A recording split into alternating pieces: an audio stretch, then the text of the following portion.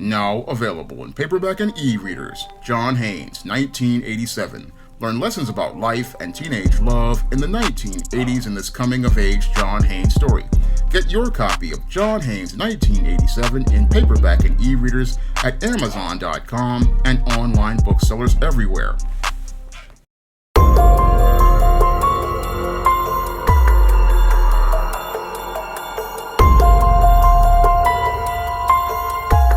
A 19-year-old man was arrested for shooting a 16-year-old high school student in Soho after he tried to break up a fight between a group of girls.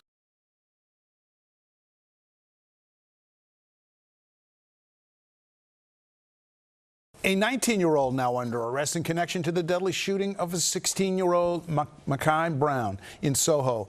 Earlier this month, Brown was shot during a dispute between two groups of girls from the nearby Broome Street Academy Charter High School.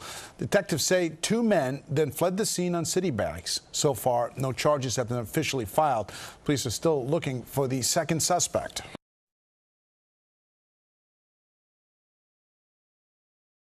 There were more police at several high schools in Soho following a deadly shooting of a 16-year-old not far from his school. CBS 2's Natalie Duddridge spoke to devastated friends and neighbors at his home in Brooklyn, who shared that he was dedicated to his family, basketball, and bettering his future. I helped raise him. I used to take him to school. Ramel Williams says the only thing worse than the pain of losing 16-year-old Makai Brown is imagining the boy's mother's anguish. She's taking it very hard. That's her only child. Your only child. You have no other children. It's heartbreaking. It's unimaginable. I hug her this morning. I know I feel her pain as a mother. On Tuesday, just after class was dismissed, police say a fight broke out between two groups near Dominic and Spring Street. Suddenly, shots rang out. And all of a sudden at like 2:50, we heard a bang bang. Well, somebody pulled out on a stretcher, and I was like, what's going on? Investigators say the bullet struck Brown in the head and leg, killing him just a block from his school, Broome Street Academy Charter High School. Makai was a loving person, and he did anything that he could do to help people. He see me coming through the hallway with garbage, he take it from me. He see me going to school with my daughter, he hug her. On Wednesday morning, safety officers increased security at nearby schools, adding metal detectors and bag checks. Too many guns on the street, too many kids to get access to guns. Friends say Brown commuted more than an hour to school each day from Brooklyn to Soho to pursue his dreams of playing basketball. That's one thing. He loved basketball. His grades was trying to keep up so he could stay on the teams. Police are still searching for two suspects who rode off on bikes. As for the motive and if Brown was specifically targeted, that's still unclear. I just pray and hope whoever did do it turn themselves in. Now the community is focused on supporting Brown's mother. It's going to take a village to hold mommy up right now. In East Flatbush, Brooklyn, Natalie Duddridge, CBS 2 News. According to NYPD data, there were not any shootings in that area last year, and Tuesday's shooting is the first so far this year. Now, in this alleged incident, 16-year-old Makai Brown, who was a student at the Broome Street Academy Charter School, was walking on his way home from school when he ran into a fight between two groups of girls from the Broome Street Academy Charter School and decided to try to break up this fight. Now, as Makai was looking to try to break up this fight between these two groups of girls from his school, what happened was allegedly 19-year-old Henry Thomas allegedly rolled up in a Citibike with an accomplice, and as he rolled up with his Citibike with this accomplice in this prominent area of Soho, what he decided to do was take out a firearm and then started to look to spray this firearm in the crowd. And as he looked to spray this firearm in the crowd, Makai was sadly shot multiple times by this guy on a Citibike, who wound up fleeing and leaving Makai to die outside near the Dominic Hotel in Spring Street, a prominent area of Manhattan, and then just decided to flee the scene and was disappearing for about 2 weeks before police found him and arrested him and charged him with murder. Now, this whole incident basically is a troubling one and really hit me to my heart because I lived in the dark days of the crack epidemic of the 1980s and 1990s, and I saw incidents like this happen every day when I was attending places like Park West High School and Taft High School. And almost 34 or 35 years later, I'm just deeply troubled to see that not much has changed. I mean, you have the public schools that I went to change into charter schools, but the behavior is still the same, and it's mainly still the same due to the dysfunctional way that males like this Henry Thomas have been raised in single mother households, showing me sadly that nothing much has changed and things are getting progressively worse. Because when I look at this incident, it's not an isolated one. No, when I look at the behavior of Henry Thomas as alleged to these crimes, it definitely fits the pattern and profile for beta males that I talk about in my book, The Man Crisis. And when I look at Henry Thomas's behavior, it definitely fits the pattern and profile for many of the beta males I grew up with in junior high school and high school, in them looking to go out here and looking to settle a beef with a firearm. And as they look to settle their so-called beefs with firearms, these cowards basically look to try to ride up on things like a Citibike, look to go out here and target whoever, and then look to get their revenge, looking to sate their feelings as related to whatever beef they're having, and never really thinking critically about how their behavior basically can change the lives of others and even change their own lives. Because when it comes to many of these beta males, a lot of these beta males, again, they're just so caught up in their feelings, like the single mothers who raised them, that all they are feeling is these emotions they're having and looking to sate those feelings that they're having and never thinking critically about a bigger picture of intangibles such as their health, such as the safety of others, and even their own freedom. And in the case of this Henry Thomas, he was just so caught up in this beef he was having with whoever and looking to get even with whoever and looking to use this fight as a cover to try to get even with whoever, that he wasn't thinking critically about more important things like the safety of those people who were out here, the health of those people, and even other intangibles as related to himself, such as his freedom. Because like their grandfathers and their fathers over 35 plus years ago, this young man at 19 years old is following in their footsteps, not understanding that acting on your feelings without critically thinking can change your life in an instant like that. Because this 19-year-old male, again, basically took the life of a 16-year-old who was one of these good kids, a good kid who didn't believe in violence, a good kid who was anti-gun violence, a good kid who basically put his life on the line, and a kid who basically was looking to do the right thing. And sadly, this young man wound up losing his life as he tried to do the right thing for the wrong people. And again, these people, again, sadly, what's going to happen here is he lost his life, but what's going to happen is this male, again, just messed up everything, and again, messed up everything because he was in his feelings, and as he was in his feelings, again, was not thinking about the most important intangible, and that was his freedom, because all he was thinking about was getting this revenge on whoever for this beef, and hoped to use this fight between these girls as a cover. But what happened was he didn't get away on the Citibike like he thought. No, what happened was there was a dragnet, and eventually people gave up his name, and now he's basically being arrested and charged with the murder of Mekhi Brown. And this 19-year-old male who participated in this murder of this 19-year-old man, this male basically, again, threw away his entire life, because now at 19 years old, he's going to basically be put in the jail system in New York and Rikers, And then if he is convicted, he's going to jail for the rest of his life for the murder of this young man.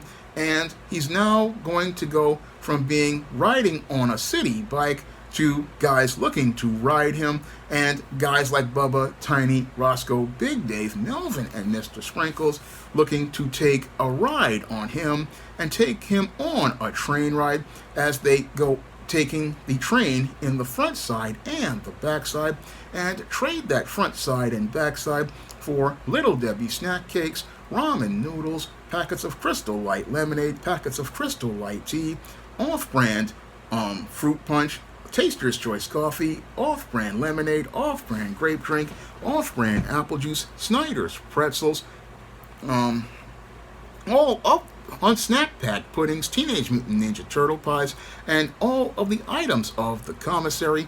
And then after trading the front side and the back side and spit roasting him, what they're gonna do is have Mr. Sprinkles come in, spray the special sauce all over the front side and the back side after they've turned it into turning the tight end into a wide receiver, then split them cheeks open and let everybody on Cell Block D see his backside looking like the inside of a glazed donut. And that is the fate that's going to befall Henry Thomas for looking to go out here and sate his feelings by getting even with a beef. And again, those guys are going to be giving him some beef in the penitentiary, and that's where this male will basically realize that he basically threw away his freedom over something trivial, because when you're sitting in Cell Block D and you're having to deal with Bubba, Tiny, Roscoe, Big Dave, Melvin, and Mr. Sprinkles, that's when many of these males realize that these beefs that they were having over something petty basically cost them everything. And sadly, that's what happens here with many of these beta males, and that's the great tragedy of the situation.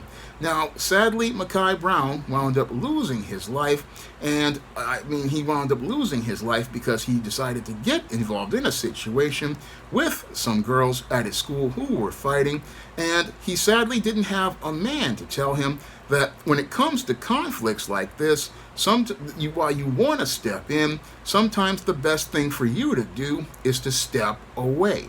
That's where I see Mekhi Brown, where he basically, yes, he was a good kid, but he wound up in a bad situation because he didn't have a man to sit there and tell him about what to do in these situations. And if you want to move yourself ahead, sometimes you have to go out here and make a sacrifice. You have to make a sacrifice if you want to move yourself ahead. Because I, as a guy who at 16, 17 years old, I was in toxic schools like Park West and on IS 148. And sometimes the thing that I had to learn that was a hard thing to do in order to keep my freedom, my health, my safety, and even my life was to learn a thing of walking the other way when you see people fighting. Because in these situations, when you're in these schools, you have to practice self-preservation. That's another life skill many young men who are good brothers have to learn. You have to practice self-preservation. Yes, you would love to go out here and try to help those who are in need, but when you see two groups of girls fighting, or even two dudes fighting, sometimes discretion is the better part of valor, and sometimes the only thing you can do is go the other way, because that's how you preserve your life and your safety and even your freedom. Because oftentimes when it comes to these fights escalate very quickly, and the only way for you to survive is to get out of there as soon as possible. That was a hard lesson I learned back when I was about 15, 16 years old, and I learned it after seeing lots of different fights, one, in the news, and two, after seeing a guy get killed in a club over a woman. And I learned back then that one hard lesson, when it comes to these fights, one of you is dead, the other is in prison, and the same female you're fighting for or fighting over is out here, and she's basically getting her back blown out by two other dudes who are getting played. So the best thing for you to do is to get out of there as soon as possible. Let them fight all they want, and let the NYPD sort them out. When it comes to you, you want to be able to march with your class, and the only way for you to march with your class in a lot of cases is to get out of a situation. Make sure that you are on the platform of the subway or on the bus or at the bus stop. Whatever is happening, you don't want to be there. You just want to be able to get wherever you're going to go as related to school, and that's something that this young man never was told as related to self-preservation. I mean, this was a life lesson I had to learn during the dark days of the crack epidemic in the late 80s and the early 90s, is that, yeah, if you see two groups of people fighting, if they're on the train, you make sure to get on another car or even let that train go. Or when you see people fighting in the street, you get on the other side of the street, or you get inside of a store, or get into wherever you're going, or get on a bus or whatever. You get out of there as soon as possible. You do not look to get in the middle of these people, because you don't know if they're carrying a weapon or if there are people in that crowd looking to go out here and looking to do harm. That's what I learned back in the dark days of the crack epidemic, and learned that self-preservation, because you can't even think of being a hero in these situations. No, you have to think about your own survival. No, if there's something going on between these girls, NYPD will deal with them, and if they get kicked out of school, it's on them. Yeah, you want to come in and help people, but some people, you have to help yourself first and put yourself first, because this is about you getting to graduation day, and sometimes you have to do what is prudent for yourself. And that's where I see how this young man, again, yes, he was trying to help and trying to be a good person, but sometimes you have to do what's good for you, because when you're dealing with toxic groups like this, when you're seeing these females fighting like this, your job is to get yourself out of there, because your freedom and your life is more important than looking to settle somebody else's problems. No, let the police deal with their problems, and you deal with taking care of yourself. This is, again, about you getting to graduation day if you're in school, and you can't let other people keep you from getting to graduation day, whether it be these girls who want to fight, or the Pookies who want to shoot into the crowd for attention, or to get even with somebody for a beef. And again, when I look at this situation from a panoramic perspective, it is a textbook example of what happens when you have boys who do not learn the male life skills and male survival skills that they need. They go from boys growing up to become men to growing up to become men in crisis. Now, if you want to learn more about what leads to tragic situations like this and how to stop them, and the pattern of behavior that puts boys on the road to this kind of behavior, you can pick up my book, The Man Crisis, on Amazon.com in paperback and Kindle format. You can also find The Man Crisis at other online booksellers like Draft to Digital, Google Play, Barnes & Noble, Walmart, and Target. And if you'd like to see me do more videos about The Man Crisis, you can send a donation to the Patreon, the PayPal, or the Cash App by clicking the links in the description box. That's all I have to say for this video. You can comment, rate, and subscribe. Coming to paperback and e-readers, Esteem Horror in the Hamptons. The aspiring angel tries to escape a house of horrors in this all-new Esteem series adventure.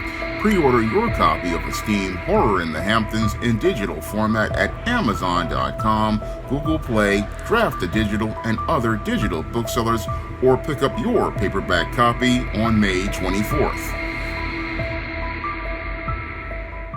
Now available in paperback and e-readers, John Haynes' Illuminati, the man who rules the world, takes on the head of the global elite in this all-new action-packed John Haynes series adventure. Get your copy of John Haynes' Illuminati in paperback and e-readers at Amazon.com and online booksellers everywhere.